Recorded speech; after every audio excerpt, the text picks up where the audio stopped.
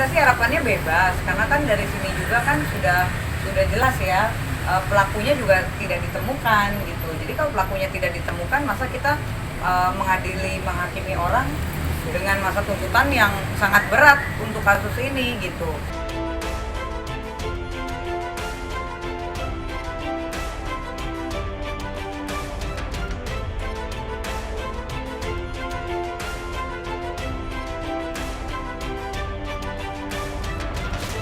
Ya, agenda hari ini bersama rekan-rekan pengacara kita kita ambil penyerahan banding karena minggu lalu sudah didaftar, minggu ini tinggal diambil aja, dan ini nih Mas Ugi. Hari ini kita menyerahkan memori banding atas perkara Mas Galih Ginanjar, terdakwa 3 dalam perkara 1327 Pengadilan Negeri Jakarta Selatan. Baginya Bang?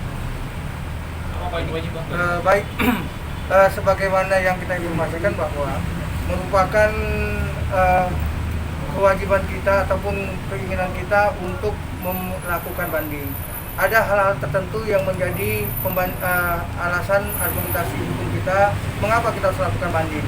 Yang terpenting adalah terhadap unsur, di mana unsur tersebut majelis hakim menyatakan bahwasanya turut serta dalam mengakses informasi. Nah, turut serta di sini adalah ternyata dalam putusan itu fakta persidangan hanya ada peristiwa membuat video, di mana Galih pada saat itu adalah orang yang diwawancarai, sedangkan terdakwa 1, terdakwa 2 adalah satu kameramen dan satu lagi sebagai orang yang menanyakan atau host. Artinya perbuatan itu hanya diketahui pada saat video saja. Berdasarkan keterangan saksi ahli bidang ITE pada perkara ini menyatakan bahwasanya perbuatan itu adalah mengakses. Artinya tanpa diakses ke publik, maka perbuatan tidak pidana ini tidak pernah ada. Artinya Galih itu bukan sebagai pelaku. Dan yang kedua, tidak bisa dibuktikan siapa sebenarnya yang mengakses. Majelis hakim dalam pertimbangan menyatakan terlepas siapa yang mengakses ke publik, maka perbuatan ketiga terdakwa itu hanya membuat video tersebut. Sehingga secara fakta hukum tidak bisa dikatakan orang yang mengakses ke publik. Itu yang kita bilang pertama kekeliruan oleh majelis. Yang kedua terhadap kerugian. Kerugian dimaksud bahwasanya kerugian imaterial menurut majelis hakim. Ternyata menurut saksi ahli, kalau seorang artis atau public figure, kerugian imaterialnya itu adalah dia tidak bisa melakukan kegiatan atau dia menolak kegiatan sehari-harinya. Artinya apa? Secara fakta bahwasanya yang bersangkutan masih setelah peristiwa ini masih melakukan ke media-media, menghadiri beberapa wawancara terkait dengan perkara ini. Sehingga nyata bahwasanya ini bukan kerugian imaterial.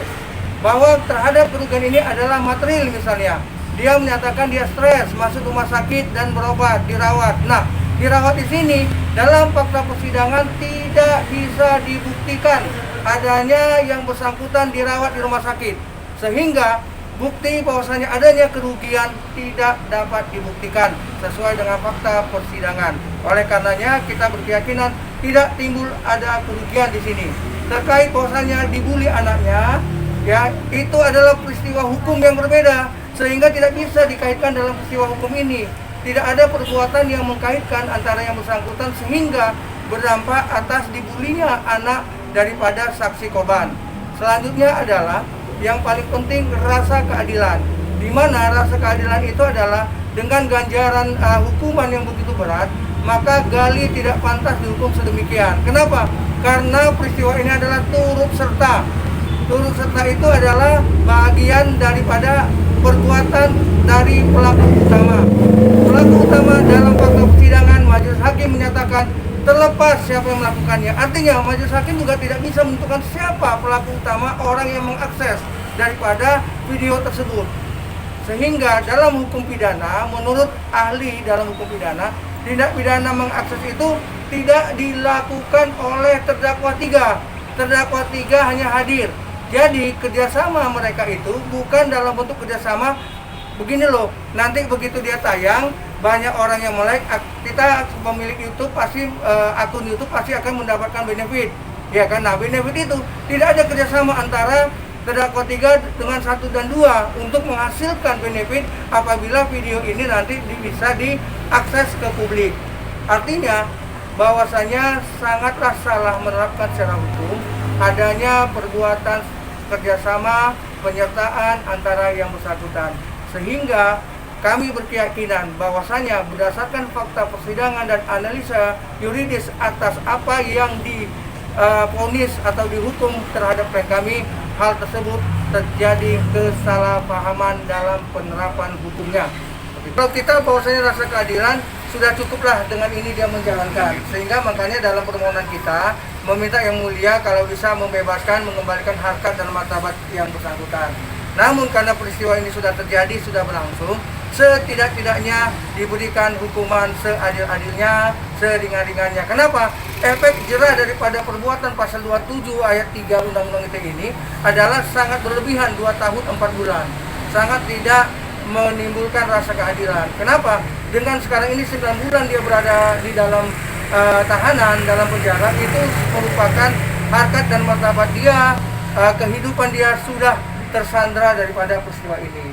Oleh karenanya menurut kami sepantasnya sudah dinyatakan karena dalil ataupun putusan majelis hakim terhadap orang yang mengakses itu bukan dia, maka lepaskanlah beliau dan kembalikanlah dia kepada posisi harkat dan martabatnya sesuai dengan yang bahwasanya kita berkeyakinan pertama dia harus dilepaskan karena pasal itu kan dia tidak melakukan mengakses. Nah itu dia utama. Kalaupun dipaksakan orang, oh ya yang penting kalau nggak ada video dulu, ini nggak ada tindak pidananya, oke lah kalau begitu. Nah beliau kan sudah menjalankan 9 bulan, artinya ya sudahlah selesaikan putusan bahwasanya telah menjalankan 9 bulan atau 10 bulan sehingga harkat martabatnya dia bisa kembali menata hidupnya seperti itu. Kita sih harapannya bebas, karena kan dari sini juga kan sudah jelas ya, pelakunya juga tidak ditemukan gitu. Jadi kalau pelakunya tidak ditemukan, masa kita menghakimi orang dengan masa tuntutan yang sangat berat untuk kasus ini gitu. Memang kan kemarin kan ada kesalahpahaman bahwasannya pengacara yang lama tidak menjelaskan ke publik ya. Jadi memang simpang siur gitu. Mungkin dengan adanya tim kuasa yang baru sekarang bisa jelaskan, oh ternyata begini. Dan satu lagi, Gali juga kan sudah minta take down ya Bang ya. Di saat terakhir, pada saat Pablo bilang hanya malaikat aja yang bisa membuat ini menjadi masalah hukum.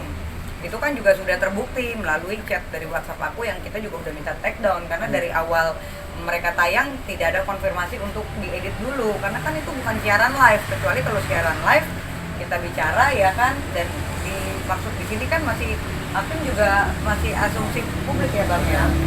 Masih dari ahli ITE kan juga menyatakan bahwasannya itu tidak vulgar ya Bang. Jadi kata-kata yang selama ini disampaikan di media atau di publik bahwasanya ada terkait dengan alat kelamin, dalam pertimbangan hukum putusan majelis hakim dinyatakan secara tegas bahwa tidak ada kata-kata itu secara vulgar disampaikan atau tersimpan di dalam video itu. Artinya apa? Terbukti bahwasanya tidak ada sevulgar itu, sehingga tidaklah pantas dia itu harus menerima itu. Ini adalah bukti tafsir yang dilakukan atau yang dirasakan oleh korban, saksi korban. Nah, bukti tafsir itu tidak boleh, undang-undang ITE tidak boleh bukti tafsir, dia harus monotafsir, di mana jelas sudah nyata dalam pertimbangan hakim tidak dinyatakan secara vulgar. Artinya pernyataan itu tidak pernah ada sebagaimana yang dirasakan yang bersangkutan. Oleh karenanya memang ini ada dua hal peristiwa hukum yang berbeda. Yang pertama itu adalah tanggal 31 Mei. 31 Mei itu adalah pembuatan video. Jadi di situ pada saat membuat video itu tidak ada kesepakatan mereka bahwasanya kapan ditayangkan, apa isinya dan bagaimana. Oh ini nggak boleh, oh ini nanti bisa bahaya. Tidak ada. Gali berkeyakinan karena di situ tertulis sudah lepas dari badan sensor. Artinya itu bukan kewajiban dia lagi. Dampak daripada telah diuploadnya itu bukan adalah tanggung jawab hukum dari seorang Gali. Karena peristiwa hukum yang didakwakan ataupun yang divonis hakim adalah tertanggal 15 Juni 2019. Artinya ada 2 minggu lebih dari pembuatan video sampai dengan akhirnya diakses ke publik. Artinya perbuatan itu tidak ada sangkut pautnya dengan Gali. Gali tidak masuk dalam unsur perbuatan peristiwa hukum pada tanggal 15 Juni, di mana disitulah diketahui diuploadnya video yang bersangkutan. Secara tanggung jawab dia sudah lepaskan kepada pihak pemilik akun, karena pihak pemilik akun sudah memiliki namanya lembaga sensor. Ternyata apakah lembaga sensor itu adalah tidak pernah benar, tidak pernah ada, itu adalah bukan tanggung jawab dia, itu adalah tanggung jawab si pemilik akun.